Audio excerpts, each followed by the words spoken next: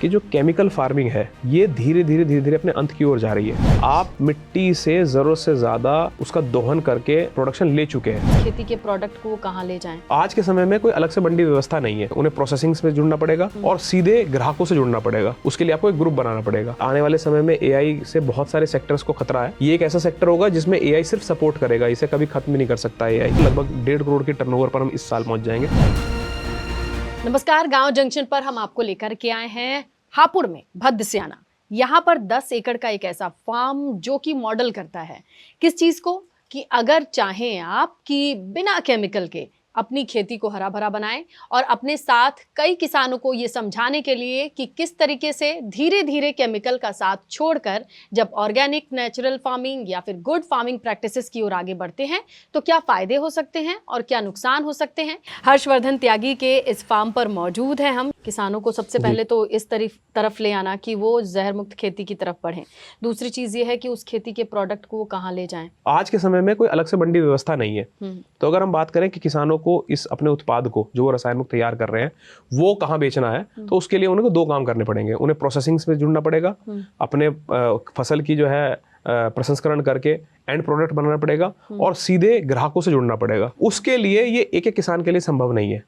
अगर हम बात करें हर एक किसान अगर इस काम को करने चलेगा तो इसके लिए मुश्किल हो जाएगा, क्योंकि आपको खेत भी संभालना है, फिर आपको प्रोडक्शन भी करनी है, उसके बाद फिर आपको सप्लाई भी देनी है। तो ये काम हो सकता है एक संगठन में। उसके लिए आपको एक ग्रुप बनाना पड़ेगा और उसी के तर्ज पे हमने 2022 में एक अपना एफपीओ बनाया था, आरंभशील किसान उत्पादक संगठन, जो पूरे हापुड़ में इस समय काम कर रहा है और 750 से अधिक किसान जुड़े हुए हैं। इसमें हम होता क्या है, हम किसानों से जो भी फसल उत्पादन करवाते हैं उसका हम प्रोसेसिंग कराकर, प्रोसेसिंग अभी हम आउटसोर्स करा रहे हैं कुछ चीज़ों की। जैसे अभी हम अपना इन हाउस ज़्यादातर चीज़ें नहीं कर रहे। हम जो फसल उत्पादन कराते हैं वो हम जो थर्ड पार्टी है उनसे प्रोसेसिंग करा के फिर अपने कॉमन ब्रांडिंग में उस प्रोडक्ट को जो है डायरेक्ट कस्टमर्स तक पहुंचाते हैं। उसमें हम ऑनलाइन माध्यम का सहारा लेते हैं। शहद उत्पादन करते हैं, वो भी हम जो है डायरेक्ट उपभोक्ताओं तक पहुंचाते हैं। और उसके साथ साथ मिलेट्स पे हम लोगों ने काम कराना शुरू किया है किसानों को।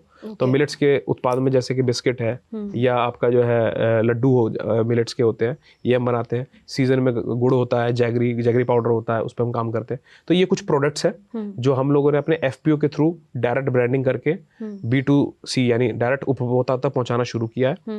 उस पर हमें अच्छा खासा रिस्पॉन्स मिल रहा है। लगभग 1.5 करोड़ के टर्नओवर पर हम इस साल पहुंच जाएंगे। इस एफपीओ के माध्यम से हमारे जो किसान हैं उनको लगभग 20 से 30% की आमदनी जो है एक्स्ट्रा होनी शुरू हुई है। मुझे ये जागरूकता हुई कि चलो मैं देख के आता हूँ कि खेती होती कैसे है। तो जब मैं आया और समझने की मैंने कोशिश की तो मुझे पता चला कि बहुत ज़्यादा ऐसे हार्मफुल केमिकल को इस्तेमाल होता है कि जब मैं बाग में खड़ा था तो मेरा सर चकरा गया उन केमिकल के असर से। जब उसका स्प्रे हुआ तो मुझे आम के ऊपर तो मुझे तब पहली बार ये बात क्लिक करी कि ये तो खेतीबाड़ी में बहुत ज़्यादा खतरनाक केमिकल का इस्तेमाल होता है। तब मैंने इसकी जानकारी लेनी शुरू की कि ऐसा क्यों है। तब मुझे पता चला कि आज के समय में खेतीबाड़ी की इतनी भयंकर दुर्दशा हो गई है कि उसमें हर प्रकार के केमिकल जो कि प्योर जहर है उनका इस्तेमाल किया जा रहा है। और मैं केवल और केवल अपने फार्म को केमिकल फ्री करना चाहता था। उसके कारण मैं खेतीबाड़ी में जुड़ा।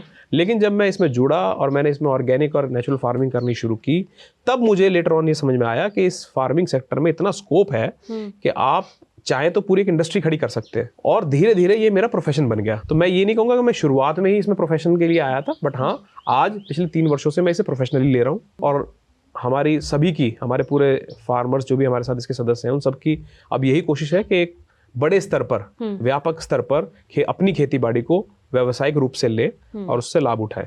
एआई की हम बात करते हैं कि आने वाले समय में एआई से बहुत सारे सेक्टर्स को खतरा है। ये एक ऐसा सेक्टर होगा जिसमें एआई सिर्फ सपोर्ट करेगा, इसे कभी खत्म नहीं कर सकता एआई, इसका सब्स्टिट्यूट नहीं बना सकता।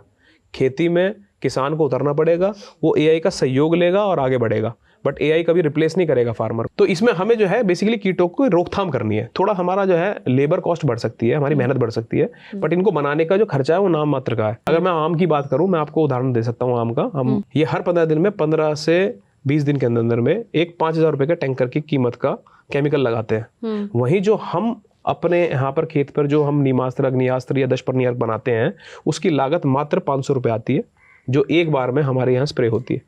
और हमें 15 दिन में वो 3 से 4 बार करनी होती है। तो मैं अगर लागत की बात करूं तो हमारा 2,000 रुपये का खर्चे में हम 15 दिन का पेस्ट मैनेजमेंट कर लेते हैं, वहीं उनको 5,000 रुपये लगते हैं। तो अगर कॉस्ट वाइज देखा जाए तो कितना फर्क है उसके कॉस्टिंग में। लेकिन हाँ, हमारी फ्रीक्वेंसी ज़्यादा होती है।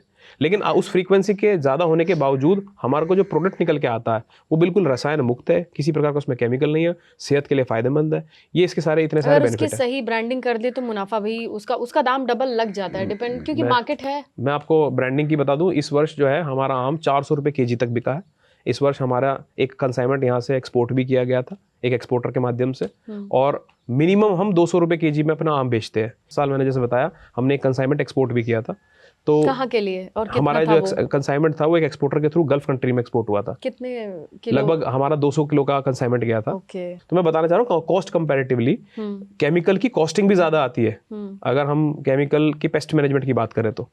और इसमें आपकी जो है कॉस्टिंग कम आएगी, सिर्फ आपकी थोड़ी मेहनत बढ़ जाएगी, और वो मेहनत भी आपको जो है, मैं ये नहीं कहूँगा हमेशा आपकी बढ़ी रहेगी।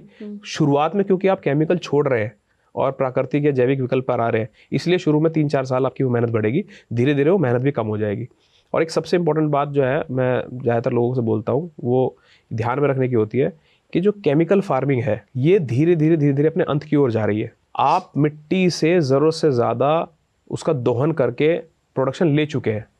अगर हमारे किसान भाई इस केमिकल फार्मिंग को जल्द ही इसके विकल्प पे नहीं आएंगे तो देखने में ये आया कि काफ़ी क्षेत्रों की मिट्टी जो है बंजर होने लगी है, उनकी उत्पादकता खत्म होती जा रही है।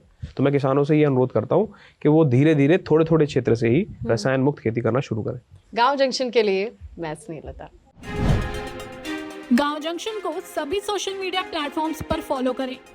व्हाट्सएप चैनल और जीमेल आईडी पर भी संपर्क साध सकते हैं।